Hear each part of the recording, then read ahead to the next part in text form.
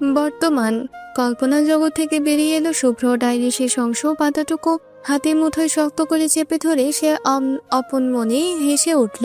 তার ঠোঁটের কোণে ফুটে ওঠা সেই হাসিতে এক অদ্ভুত প্রশান্তি আর ভালোবাসা মেশানো। সে বিড়বিড় করে বলল, পাগলি একটা। শুভ্র আলমারির গোপন ড্রয়ার থেকে অতি যত্নে রাখা ডায়েরিটা বের করলো। শুভ্র যে ডায়েরিটা হৃদির সামনে পড়িয়েছে সেটা আসল ছিল না। শুভ্র কাল রাতে ঠিক হৃদির ডায়েরির মতো একই রকম একটা ডায়েরি জোগাড় করেছিল। সারা রাত জেগে সে হৃদির হাতের লেখা নকল করে ডায়েরির কিছু অংশ কপি করে লিখেছিল, যাতে ডায়েরিটা পড়ানোর সময় হৃদি দূর থেকেও ধরতে না পারে যে এটা নকল। শুভ্র আসল ডায়েরিটার উপর পরম মমতায় হাত বুলালো। ডায়েরির সে প্রতিটি ভাঁজে যেন হৃদি জমানো দীর্ঘশ্বাস আর ভালোবাসার ঘ্রাণ লেগে আছে। শুভ্র ডায়েরিটার দেখে নিঃশব্দ চোখে তাকিয়ে গভীর আবেগে বলল, আমি এই ডায়েরিটা কিভাবে পড়াবো? এই ডায়েরিটা পড়ালে তো মনে হবে ডায়েরিটা পড়ছে না, নিজেকে পড়াচ্ছি। তোর প্রতিটি অক্ষরে যে আমার নাম লেখা হৃদি, তোকে পড়ানোর সাধ্য যেমন আমার নেই, তোর দেওয়া এই অনুভূতি ছাই করার ক্ষমতাও এই শুভ্র নেই। শুভ্র ডায়েরিটা আবার ড্রয়ারে একদম গভীরে লুকিয়ে রাখলো। সে জানে এই নিষ্ঠুর নাটকটা না করলে হৃদি পাগলামি এখন থামানো যাবে না। যদি সে প্রশ্রয় দেয় তবে হৃদি আরো পাগলামি শুরু করবে। আর হৃদির এই অবাধ্য প্রেম যদি লোকজনে প্রকাশ পেয়ে যায় তবে সম্পর্কের সে যে জটিলতা তৈরি হবে তাতে শুভ্র হৃদিকে হারানোর ভয় সবচেয়ে বেশি। শুভ্র আয়নার সামনে গিয়ে দাঁড়ালো। তার পরনের শার্টের কালারটা এখনো কুঁচকে আছে, ঠিক যেখানটায় হৃদি তার অধিকার নিয়ে খামচে ধরেছিল। শুভ্র আয়নায় নিজের প্রতিছবির দিকে তাকিয়ে রহস্যময় হাসল। তার চোখ বলছে, আজ হৃদি চোখে যে আগুনের ফুল কিসে দেখেছে সেই আগুনই একদিন তাদের দুজনকে এক করবে। কিন্তু তার আগে এই বিরহ আর নিষ্ঠুরতার খেলা তাকে খেলতেই হবে। হৃদি রুমে এসে বিছানায় ধপ করে বসে পড়ল। নিজের দুই হাত বিছানায় ভর দিয়ে মাথা নিচু করে সে অঝরে কাঁদতে লাগলো। শুভ্র তার সাথে অবজ্ঞা করেছে, তাকে তাড়িয়ে দিয়েছে, এতে হৃদি খুব একটা খারাপ লাগছে না, কারণ শুভ্র তো ভাই তো এমনই। কিন্তু ওই ডায়েরিটা, ওটা তো স্রেফ একটা খাতা ছিল না, ওটা ছিল হৃদি গত কয়েক বছরের নির্ঘুম রাতের সঙ্গী, তার জীবনের অর্ধেকটা অংশ। ডায়েরিটা না হয় শুভ্রকে নিয়েই লেখা ছিল, কিন্তু অনুভূতিগুলো তো একান্ত হৃদি ছিল। শুভ্রর রক্ত মাংসের হাত দুটো কিভাবে পারলো আরেকজনের পবিত্র অনুভূতিগুলো এভাবে পড়িয়ে ছাই করে দিতে? হৃদি হেঁচকি তুলে চোখের পানি মুছল। আগুনে সেই লিলিহান শিখা যেন এখনো তার চোখের মনে আচ্ছন্ন করে রেখেছে। সে শূন্য দৃষ্টিতে জানলার ওপাশে তাকিয়ে তাতে দাঁত চেপে বলল, খুব খারাপ লাগছে জানেন শুভ্র ভাই, আপনি আজ ডায়েরি না আমাকে পড়ালেন, কিন্তু আমি জ্বলে পড়ে ছাই হয়ে গেলেও সেই ছাইও আপনাকে নিয়ে পড়বো। আমার ভালোবাসার আগুনে আপনাকে পোড়াবো। অন্যদিকে নির্বাণের কথা শুনে নেহার রাগ মুহূর্তে ভয়ে রূপ নিল। তার মনে হলো পায়ের তলার মাটি দুলছে, শরীরটা যেন মুহূর্তেই হিমশীতল হয়ে এলো। নির্বাণের রাগী চেহারা আর তীক্ষ্ণ কণ্ঠস্বরে নেহা আর নিজেকে ধরে রাখতে পারল না। সে দুই হাত দিয়ে মুখ ঢেকে ফুপিয়ে কেঁদে উঠল। বোনের এমন অসহায় কান্না দেখে নির্বাণের কলিজায় যেন কেউ মোচড় দিয়ে ধরল। সে সোফা থেকে বিদ্যুৎ বেগে উঠে এসে নেহার দুই কাঁধ শক্ত করে ধরে ঝাঁকিয়ে বলল, নেহা পেওর ডল, কাঁদছিস কেন? বল আমায় কি হয়েছে? শুভ্র তোর সাথে কি করেছে? কোনো খারাপ কিছু করেছে ও? তুই একবার বল, ওই কুত্তার বাচ্চাকে আমি জ্যান্ত মেরে ফেলবো। আরহাম খান নির্বাণের বোনের সাথে দিকে চোখ তুলে তাকাবে আর সে জীবিত থাকতে পারবে এমন কোনো ছেলে এই দুনিয়ায় আজও জন্মায়নি। বল ও কি করেছে?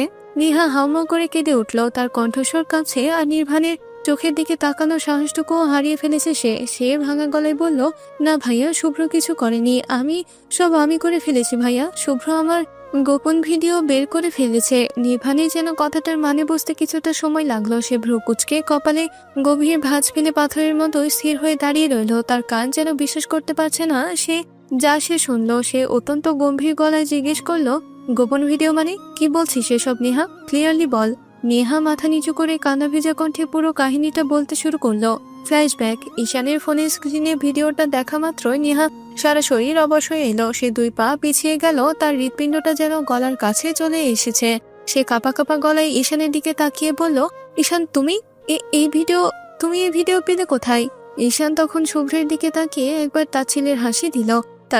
তারপর নেহার দিকে ফিরে বলল, ম্যাম, মানুষটা হিন্দু হতে পারি, তবে আপনাদের এসব নষ্টামি ধরতে বসের বুদ্ধি আর ঈশানের কেরামতি যথেষ্ট। বলাই হয়নি ঈশান হিন্দু। আর এই হিন্দু ছেলেটা শুভ্রর মতো একজন নিষ্ঠাবান মুসলমানের সাথে কিভাবে এমন অটুট বন্ধুত্ব আর বিশ্বস্ততায় জড়িয়ে গেল তা সময়ের সাথে সাথে জানা যাবে। ঈশানের কথা শুনে নেহা মরিয়া হয়ে শুভ্রের দিকে তাকালো। সে কান্নায় ভেঙে পড়ে বলল, বিশেষ করো শুভ্র, আমি এটা ইচ্ছে করে করিনি। আসলে একটা পার্টি ছিল, ও আমার ফ্রেন্ড রায় ফারহান। সেদিন আমরা দুজনেই অনেক বেশি ড্রিঙ্ক করে ফেলেছিলাম। আমাদের মধ্যে যে কি হয়েছিল আমরা নিজেরাও জানি না। শুভ্র চোখে তখন কোনো মায়া ছিল না, ছিল কেবল চরম অবজ্ঞা। সে পকেটে হাত দিয়ে খুব নিস্পৃহ গলায় বলল, আমার বিশ্বাসে তোমার কি আসে যায় নেহা, আই ডোন্ট কেয়ার। কিন্তু তোমার কি নিজের রুচি বলে কিছু নেই? এই সস্তা ক্যারেক্টার নিয়ে ভাবলে কি করে যে তোমার মতো একটা মেয়েকে আমি বিয়ে করব?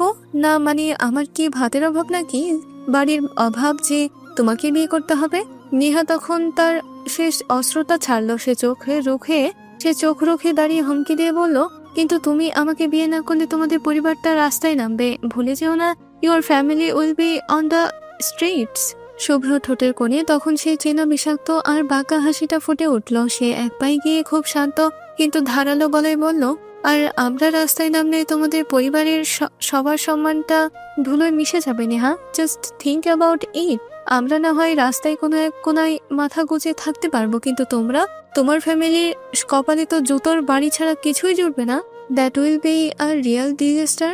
নেহা তখন ভ্রুকুচকে আতঙ্কে অস্থির হয়ে বলল, মানে কি বলতে চাচ্ছ তুমি?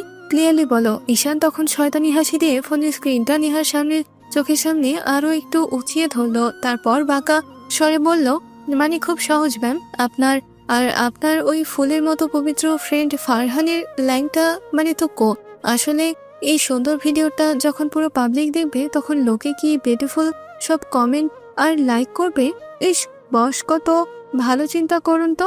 নেহা ম্যামকে কোনো কষ্ট ছাড়াই ভাইরাল করে দিতে চাইছে।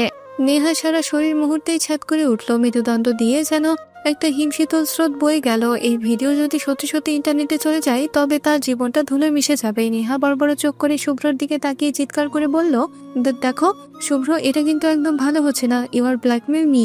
তুমি আমাকে ব্ল্যাকমেল করতে পারো না, এটা ক্রাইম। শুভ্র ঠোঁটের কোণে সেই চিরচেনা তাচ্ছিলের হাসি ফুটিয়ে সে ধারালো গলায় বলল, সো হোয়াট? তুমি করতে পারলে আমি কেন পারবো না? এটা কি কোনো স্ক্রিপ্টে লেখা আছে যে শুধু তোমরাই গেম খেলবে? তুমি কি জানো না নেহা, যে সোজা আঙুলে ঘি না উঠলে আঙুল বাঁকাতে হয়? কথা সত্যি কিনা জানি না, তবে পয়জন কাটতে হয়। You deserve this. নেহা এবার মাথা নিচু করে ফেললো। তার সারা শরীর থরথর করে কাঁপছে। শুভ্র যে এতটা শার্প আর এত চালবাজ হতে পারে সেটা সে কল্পনাও করেনি কখনো। কিন্তু তার মাথায় এখন একটাই প্রশ্ন ঘুরপাক খাচ্ছে, শুভ্র এই ভিডিওটা পেল কোথায়? এই ভিডিওর কথা তো সে আর ফারহান ছাড়া আর কারো জানার কথা ছিল না। নেহার অস্তিত্ব এখন সংকটের মুখে। সে কোনো রকমে নিজের গলা পরিষ্কার করে বলল, তুমি এখন আমার কাছ থেকে কি চাও? শুভ্র এক মুহূর্ত দেরি না করে বাজখাই গলায় আদেশ দিল, ক্যান্সেল দিস ম্যারেজ। আজকে এই বিয়েটা ক্যান্সেল করো। I want to be free. Neha এবার সম্পূর্ণ ভেঙে পড়লো। সে হিতাহিত জ্ঞান হারিয়ে শুভ্রর পা জড়িয়ে ধরলো। রেস্টুরেন্টের মেঝেতে বসে কান্নায় ভেঙে পড়ে সে আকুতি করতে লাগলো, প্লিজ শুভ্র, বিশ্বাস করো, আমি তোমাকে অনেক ভালোবাসি। তুমি প্লিজ আমার ইমোশন নিয়ে খেলো না। দেখো, আমি যা করেছি সেটা ভুল ছিল, আই নো, কিন্তু সে ভুলের জন্য তুমি আমাকে মাফ করে দাও। I really love you so much Shubhro, তোমাকে ছাড়া আমি শেষ হয়ে যাব।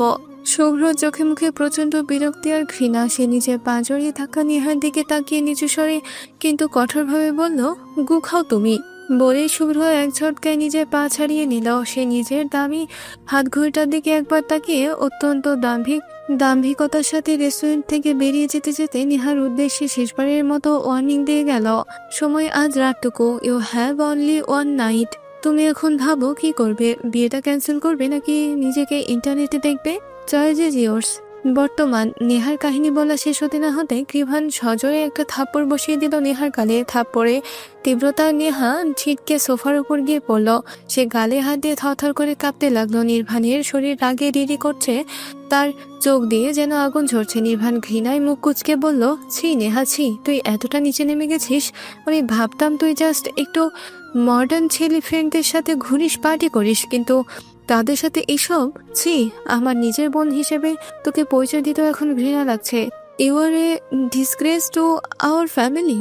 নেহা হাউমাউ করে কেঁদে উঠল। সে নির্ভানের পায়ের কাছে বসে পড়ে বলল, ভাইয়া বিলিভ মি, ওই দিন আমি আর ফারহান কেউ কারো সেন্সে ছিলাম না। কে থেকে কি হয়ে গেছে আমরা নিজেরাও জানি না। ফারহান আমাকে বারবার প্রমিস করেছিল যে এসব কথা ও কাউকে বলবে না, কিন্তু আমাদের ভিডিও কে করলো আর শুভ্রর হাতেই বা সেটা কিভাবে গেল আমি কিছু জানি না ভাইয়া।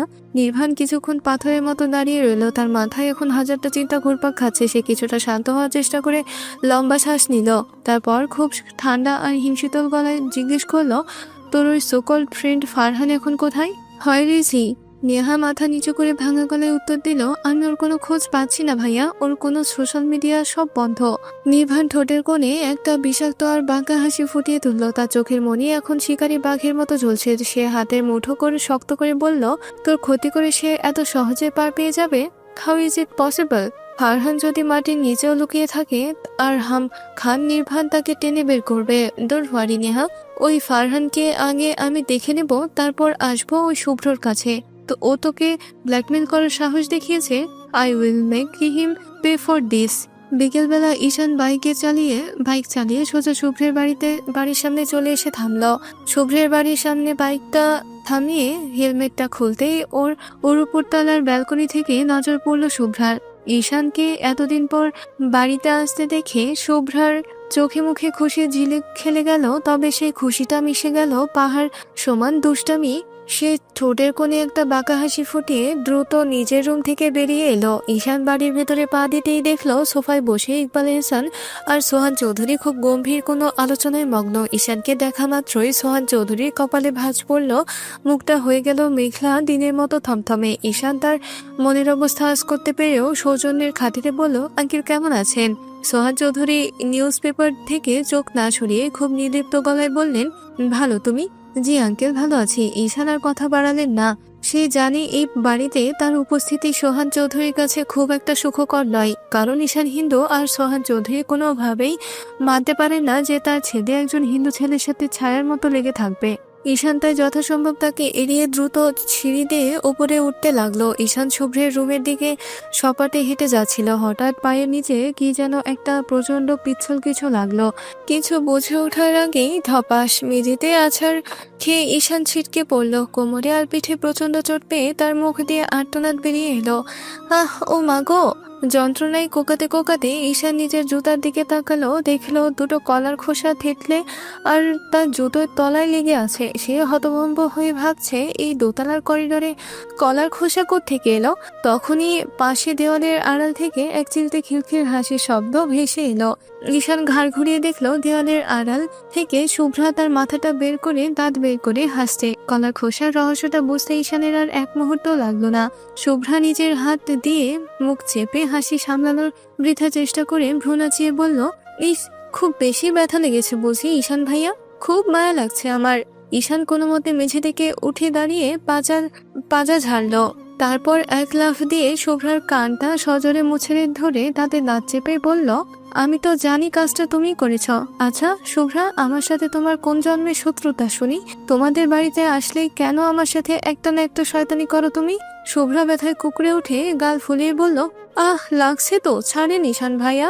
আর শুনুন, আপনার সাথে দুষ্টুমি করতে আমার জাস্ট ফাটাফাটি লাগে। আমার খুব ভালো লাগে আপনাকে পচাতে। ঈশান কানটা আরো একটু ঘুরিয়ে দিয়ে বলল, তাই? এই বাচ্চামি আর কতদিন চলবে? এখন যে বড় হচ্ছ, এটুকু কাণ্ডজ্ঞান কি মাথায় ঢোকে না তোমার? শুভ্রা নিজেকে ছাড়াতে ঘাট তাড়া করে বলল, না ঢোকে না, এখন দুষ্টুমি করছি, যতদিন জান আছে ততদিনই করে যাব, তাতে তার কি? তাই নাকি? তুমি আমার সাথে যা খুশি করবা, আর আমি কি মূর্তি হয়ে দাঁড়িয়ে থাকবো? শোনো শুভ্রা, বড় হয়েছে এখন, এইসব বাচ্চা মতো তো আমার সাথে করা বন্ধ করো।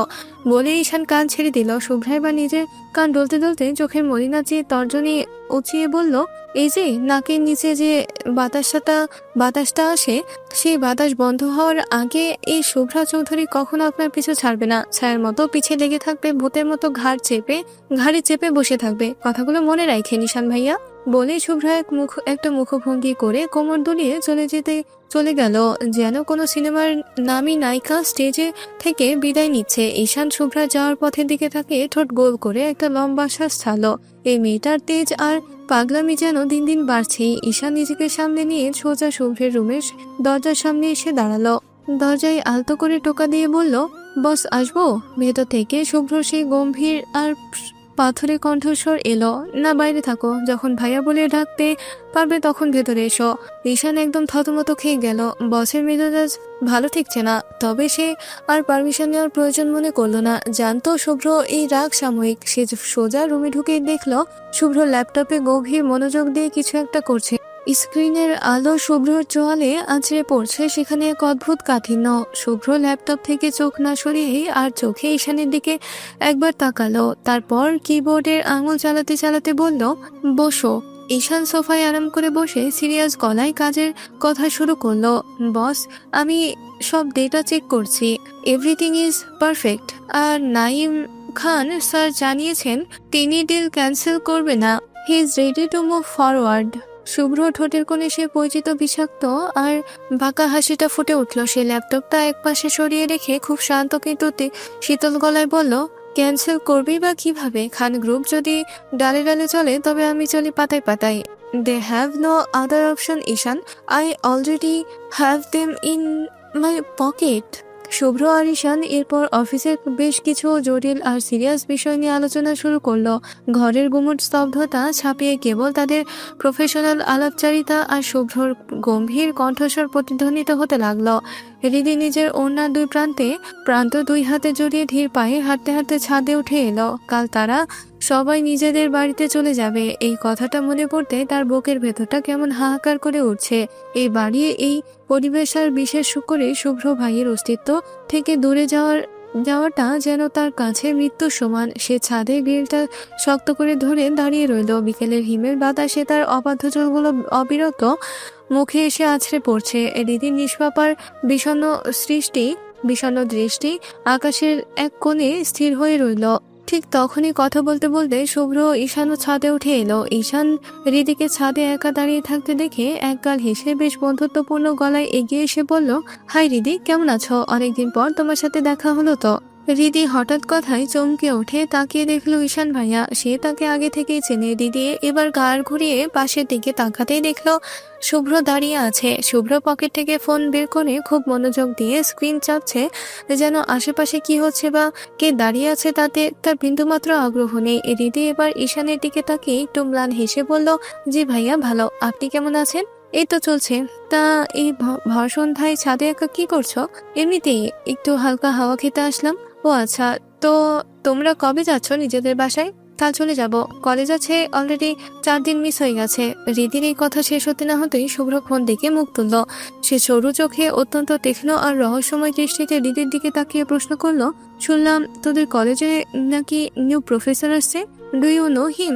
হৃদি এবার জেদ করে মুখ বাঁকিয়ে জবাব দিল, তার কণ্ঠে এখন অভিমানের সুর স্পষ্ট। তাতে কি, নিউ প্রফেসর আসুক কিংবা উগান্ডার প্রধানমন্ত্রী আসুক, তাতে আপনার কি? আপনারও সব নিয়ে মাথা ঘামানোর বিন্দুমাত্র দরকার নেই। হৃদির এমন তেরা কথা শুনে শুভ্র হাতের ফোনটা ধীরে সুস্থে পকেটে রাখলো। তারপর 2 হাত পকেটে ঢুকিয়ে হৃদির আপাদমস্তক একবার পরখ করে নিল। তার চোখে মুখে এখন গভীর গাম্ভীর্য। সে কিছুটা তাচ্ছিল্যের সুরে বলল, বাহ, তোর মুখ তো দেখি রোবটের থেকেও স্পিড। তা এত কথা বলিস কিভাবে রে তুই? মাঝে মধ্যে মনে হয় তোর গলায় কোনো পাওয়ারফুল ইঞ্জিন লাগানো আছে। হৃদি এবার যেন দাও দাও করে জ্বলে উঠল অভিমানে। তার বুকটা ধকধক করছে। সে কয়েক পা এগিয়ে গিয়ে সরাসরি শুভ্রের একদম সামনে গিয়ে দাঁড়ালো। শুভ্র চোখের গভীরে চোখ রেখে নিজের ঠোঁট ফুলিয়ে আঙুল দিয়ে দেখিয়ে দেখিয়ে জেদের সাথে বলল, এই যে দেখছেন এই ঠোঁট, এই ঠোঁট আর জিভ নাড়িয়ে নাড়িয়ে কথা বলি, দেখেছেন? নাকি আরো কাছে এসে বুঝিয়ে দিতে হবে কিভাবে কথা বলি? আই থিঙ্ক আপনার ব্রেনটা একটু স্লো কাজ করছে শুভ্র ভাই। হৃদির এই দুঃসাহস আর চোখের আগুনের তেজ দেখে শুভ্র মুহূর্তের জন্য থমকে গেল। মেয়েটা যে এখনো রাগে অভিমানী হিতাহিত জ্ঞান হারিয়ে আছে সেটা শুভ্রই স্পষ্ট বুঝতে পারছে। সে এক পা পিছিয়ে গিয়ে ঘাড় বাঁকিয়ে অত্যন্ত নিষ্পৃহ গলায় বলল, তোর সাথে কথা বলা আর পাবনার পাগলদের গণিত বোঝানো একই কথা, just disgusting. I have no time for this nonsense. বলে শুভ্র আর 1 সেকেন্ডও দাঁড়ালো না সেখানে। গটগট করিয়ে ছাদ থেকে নেমে গেল। রীতি পাথরের মতো দাঁড়িয়ে চলে যাওয়ার পথের দিকে তাকিয়ে রইল। তার চোখ দিয়ে তখন যেন আগুনের ফুলকি বেরোচ্ছে। সে দাঁতে দাঁত চেপে অভিমানের মনে মনে বলল, হ্যাঁ, আমি একটা বিরক্তিকর আর অসহ্য মেয়ে, দরকার পড়লে আরো অসহ্য হব, তাতে আপনার কি?